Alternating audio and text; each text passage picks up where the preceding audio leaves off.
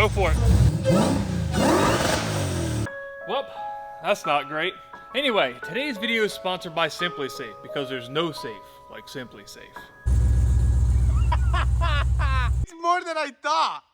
No! When we got the bright idea to rip apart Fernando's daily driven 350Z and swap out a Hellcat engine, we didn't have a clue what we were in for, but somehow we were able to get it to run. We even managed to get it to fit, albeit with a little bit of minor modification. Perfecto. That's pretty good. So now it's finally time to put our creation to the test. Why you look so nervous? I'm not nervous. You look scared. You are nervous. Are you scared it's gonna blow up or not make any power? Which one? Both.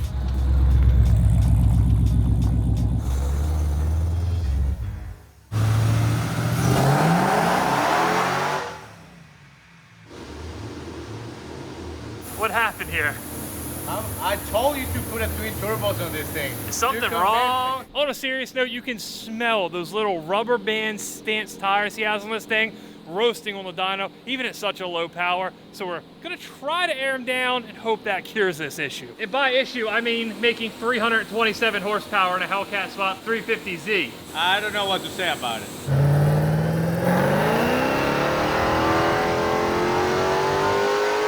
Turns out, a little drop in air pressure will let us make a lot more power. That's better. That's pretty good. We're getting there.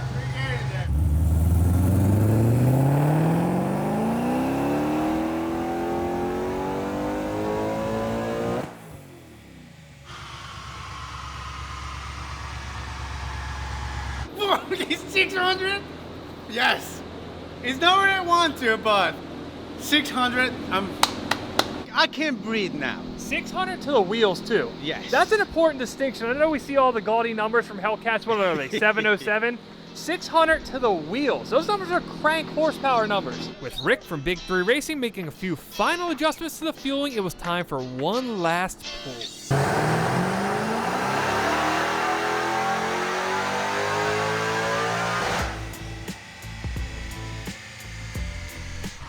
625 horsepower, 613 pounds of torque, and look at that graph. It's straight across from a really low RPM. This thing's gonna be a riot.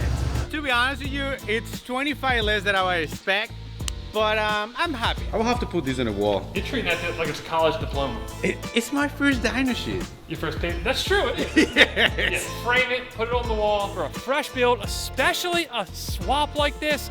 625, we're able to drive it back home. Really can't complain, gotta love it. We're able to drive it back home,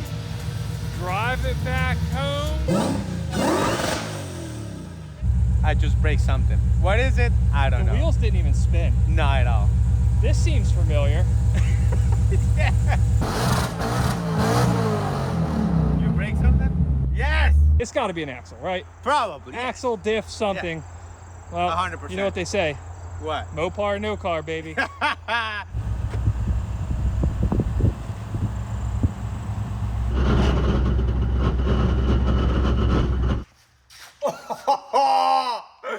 Okay. Wow. Oh my God. So the differential mounting stud severed completely. The diff slammed into the exhaust. The exhaust might be the only thing that stopped this from dropping down further. Look at that, it's crushed. I got under here and at first thought it was only an axle, but I guess the action of the diff just completely and utterly failing popped the axle. Look at the front diff bolts. They're bent. The input flange of the differential, the drive shaft, that's up into the gas tank heat shield, though it's really hard to see past this exhaust. Basically, we fixed 50% of the chassis from the engine to the middle, and now... And because of that, because of the fixing up there, it destroyed the rear end. Oh, that's worse than I thought. Oh, Whoa. my God. I think I lose like 10 horsepower with this. Oh, wow. So this is where an axle came down on it, I believe.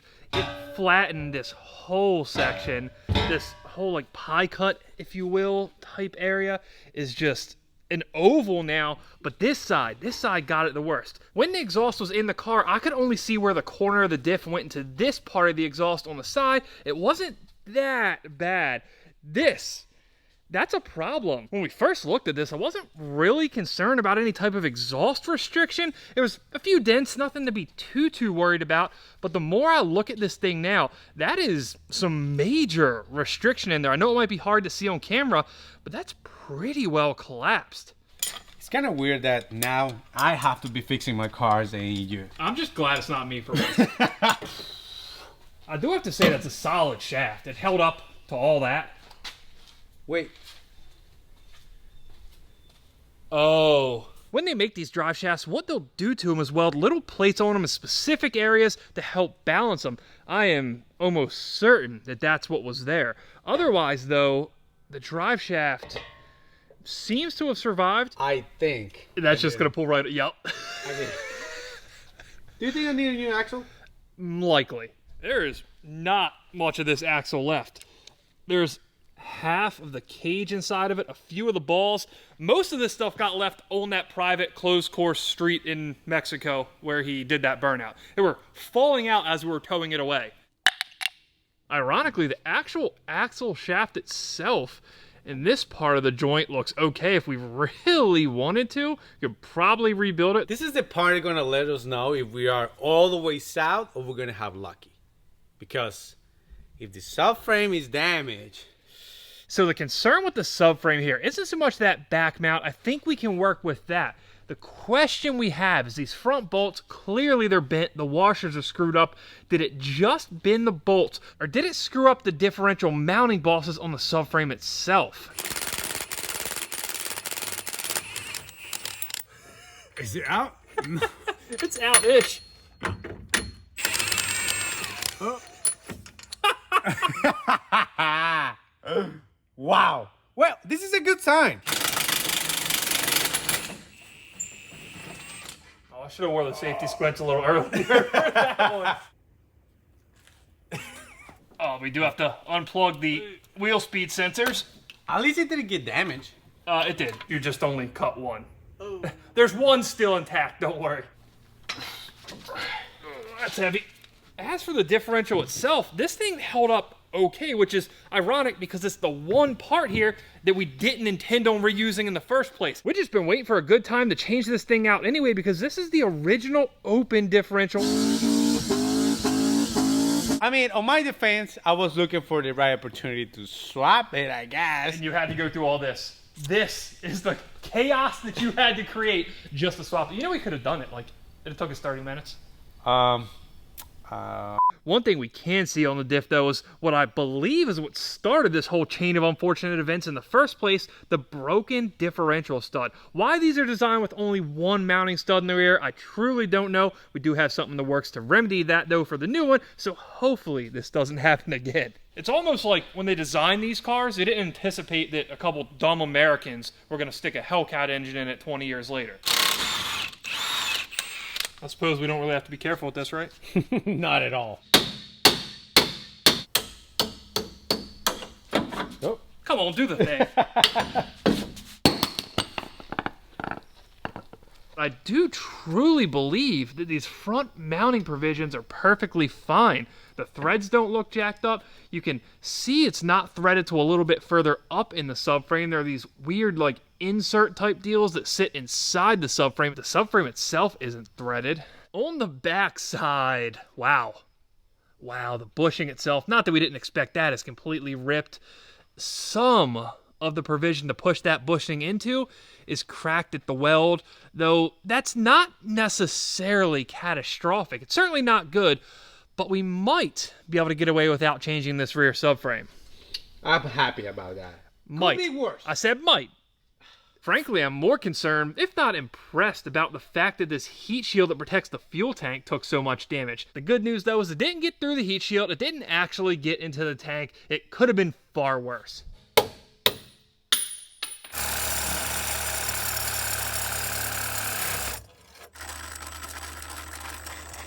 That's pretty cool.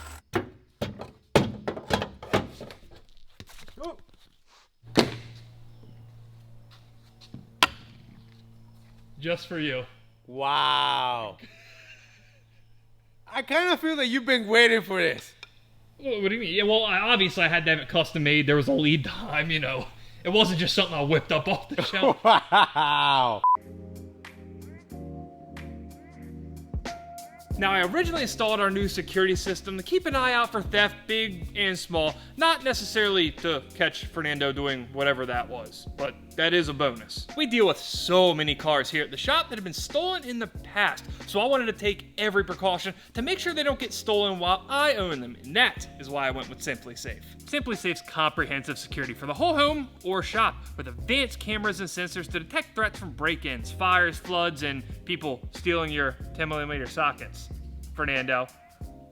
With 24/7 professional monitoring, SimpliSafe agents are ready to spring into action to keep you safe, promptly assessing the situation, contacting you, and dispatching first responders to your address, even if you're away or unable to respond. It's award-winning home security. It was named among the best home security systems of 2024 by US News & World Report. That's 5 years running. In installing the system, it's super easy, but if you're not in the mood to tackle the install yourself, SimpliSafe also offers professional installation. SimpliSafe's cameras let you see what's going on at your home or place of work, whenever, wherever, whether it be somebody breaking in or just somebody recording a SimpliSafe ad. SimpliSafe also has a full line of advanced sensors to make sure you're covered every which way. To help protect what you love, SimpliSafe's offering 50% off on your system, a free indoor security camera, plus your first month's free when you sign up for core monitoring. So visit simplisafe.com/ScrapLifeGarage to customize yours, and remember, there's no safe like SimpliSafe. Shoot me straight. You just spray painted that thing black, right? I don't want to talk about it. But it looks decent, right? You don't have to worry about how it looks outside, because the important part here is now we're gonna have LSD. Now, not only are we getting rid of this junk open differential that'll make the car prone to one-wheel peeling and generally just being unpredictable at speed in favor of an LSD, but this diff, it's also a lower ratio. This one, it's a 3.3, that one, it's a 3.5. Keep in mind, Nissan spec'd this gearing for a car that makes like 200 horsepower, so switching to this, it should allow us more time in gear instead of constantly shifting.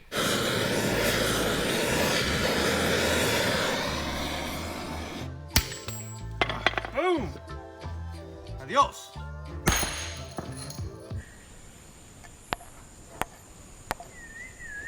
Ain't dumb if it works, I guess. It's gonna work. So last time, when things went south on us, we were running these guys for the front differential ear bushings. They're hard polyurethane. This time we're not allowing any room for flex. We're switching to these solid aluminum mounts. I'll tell you, anybody who has something bad to say about Harbor Freight toolboxes, they work pretty good, honestly. I think this is part of my axle, right? Where did that come from? Just flew right here from the Out of the spring perch? Nice. Nice work. You really did a number on this thing. As for our rear differential mount, it's the same deal. We're going full aluminum by Siki, no more polyurethane, no more rubber at all.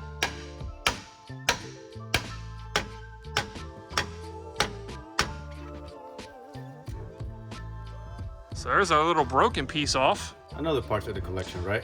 Yeah, we got a lot of scrap parts from this. The only damage we're left with on the subframe is this small part of the bushing housing sleeve that's broken off. It didn't seem to affect anything, so we're just gonna roll with it, hope for the best.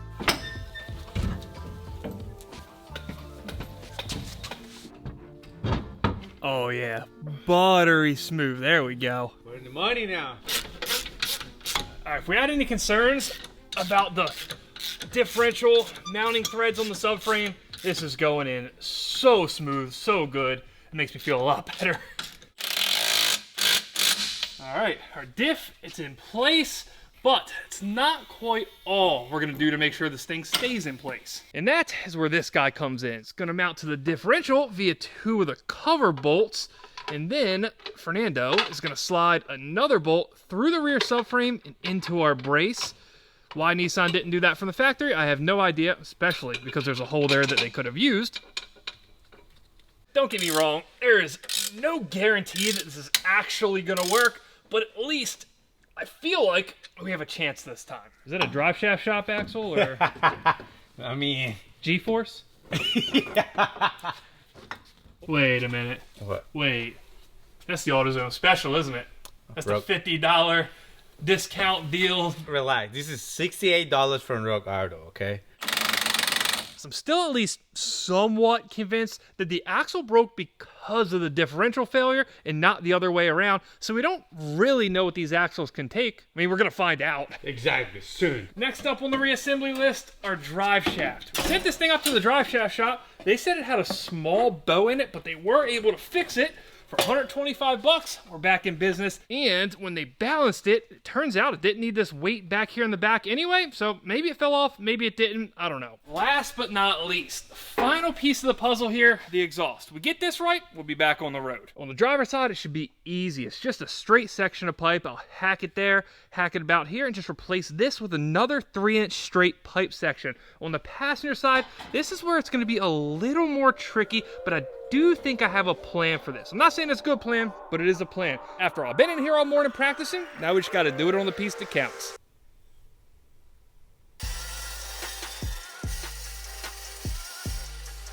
Now that we got our bad section of pipe cut out, we can lay this over our new tubing and use that to get ourselves a perfect direct fit section we can weld in and be on our way.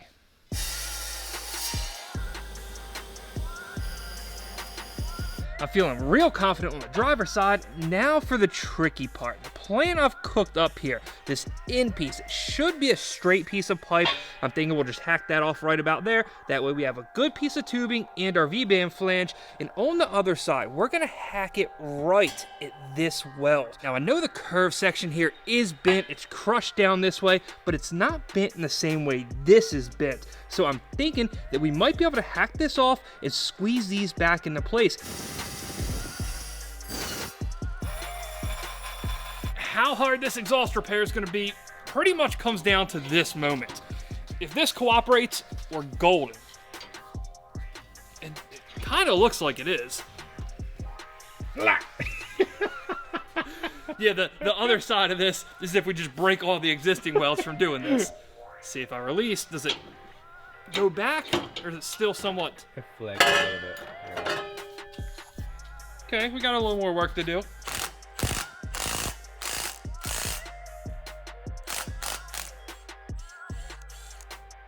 Well, I'm not going to call it perfect, especially compared to a piece of straight tubing, but we are close. There's a piece we have to bend out, a piece we have to tap down, and then on the fit-up side of things, there is a lot of work we have to do, but we're close enough that I think we can call this idea a win.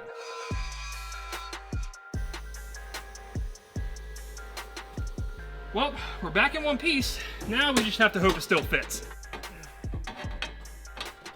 Well, the driver's side fit-up is beautiful, but this isn't the one that counts. We can always make one fit, making two fits the hard part. And yes, don't worry, we'll correct our position of this once we know it all fits. It does fit. It was a two-person job to get it seated. We had to massage the muffler a little bit, but I think we're pretty much golden. Trust me, I'm just as surprised as you guys are, but this actually turned out quite nice. Nothing's rubbing, there's nothing weird going on. I know in the grand scheme of things, this is a really minor exhaust repair, but it's always nice to come up with a plan like this, execute it, and actually have it work. Now, the only remnants of this thing being all jacked up, other than the one section of pipe that doesn't quite match, is the exhaust hangers. They dented in the canister a little bit, they don't fit perfectly, and if you look from certain angles, the exhaust isn't quite a perfect match side to side, but that is a problem for another day because we got somewhere to be.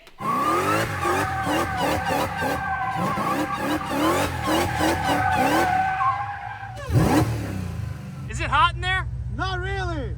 You're fogged up. What's that? I like it. Turn the defrosters on. All right. Well, we figure what better place to come test the Hellcat Swap Z out for the very first time than an empty parking lot that they also happen to use for drift events.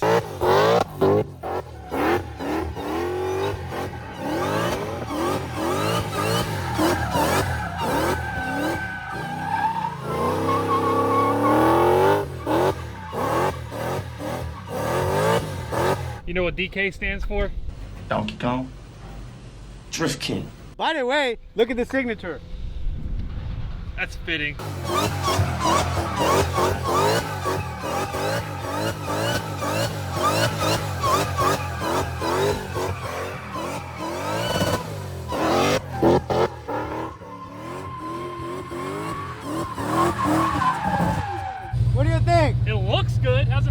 It feels good. How glad are you we switched to that LSD right now? 1000%. If you were here with an open diff, that would be not a good time. Yes. Not a good time. We just found out the hard way Dalt's car has an open diff. Can you let us know your drift experience so far? Anyway, we're gonna try this and see what happens. Take this junk. I'm all natural, all right? Oh. I don't need performance enhancers. Uh-huh.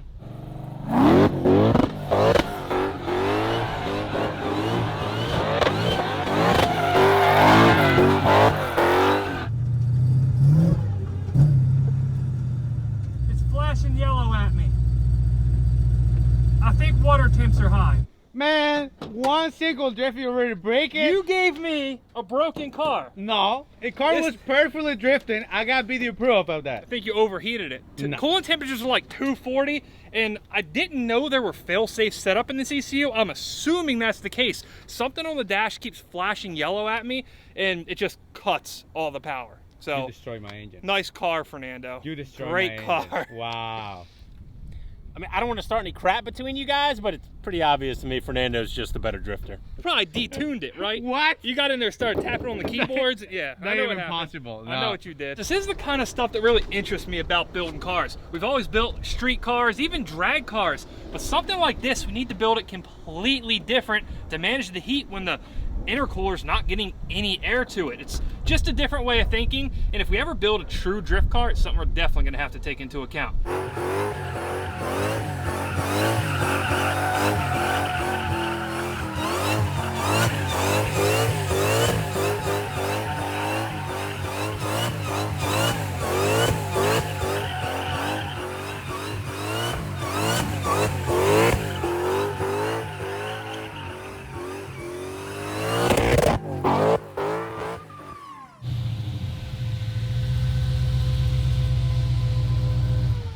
All right. In first gear it works okay. It slides much better in second when it'll actually slide. But first gear, at least I was able to have a little fun in it. It's not that bad. It's actually way louder in the back than I thought. I do find it kind of funny that we brought two Dodge-powered Nissans here.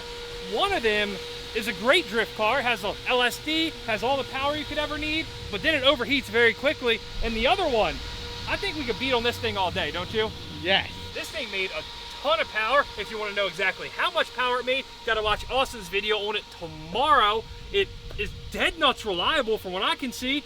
It just has an open differential, so that's its own issue. Hey, the car survived its first official outing. We put a hurtin' on these tires though, which I suppose is good timing because we've got a new set of sticky tires here to throw on the thing to make sure it can actually hook. And one other thing that got a hurting put on it, your wallet. I should also mention, this one is 100% thanks to you guys. Feels like Christmas, doesn't it? Oh, yeah. We didn't mention this. So, you guys convinced me about the cam. I have to convince myself to do this. Because we're gonna open it. The whole front end has to be torn apart. Why not, right? You can't just do a cam. I mean, Exactly, if right? we're in there anyway, Yeah. you might as well stick a small pulley on it, make a little more boost. I mean, why not? This is the shaft you've been looking for. There we go. It's a cam, not a shaft. It Well, is. cam, Yeah, shaft, but just leave it on cam. For those of you guys who followed my Demon truck build, this is the same exact Titan 2 camshaft from Flying Ryan Performance that I put in that. It worked great there, made a ton of power. Figure why not do it to the Z? And I suppose now we should just rip this thing apart and get started. Let's do it. By the way, it's something else that the Nissan made. This is a 313, which is really, really hard to find. No, they're called S13s. No. S13. No, it's the rear end. It's S13. It's No, a it's 240 not. SX. No, it's a a popular drift car. No. Talking about the differentials right here. They have differentials too. Yes, it's called an S13.